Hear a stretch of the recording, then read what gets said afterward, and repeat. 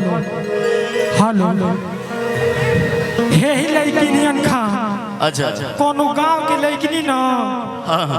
जब प्यार में कामयाबी पा जाली सो अच्छा चाहे घर से भाग जाली सो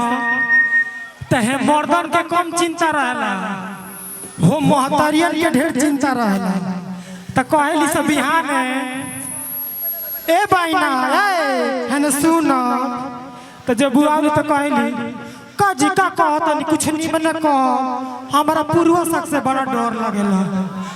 त ई कहीं एगो बात जननी हो तू कहीं हां जननी है तो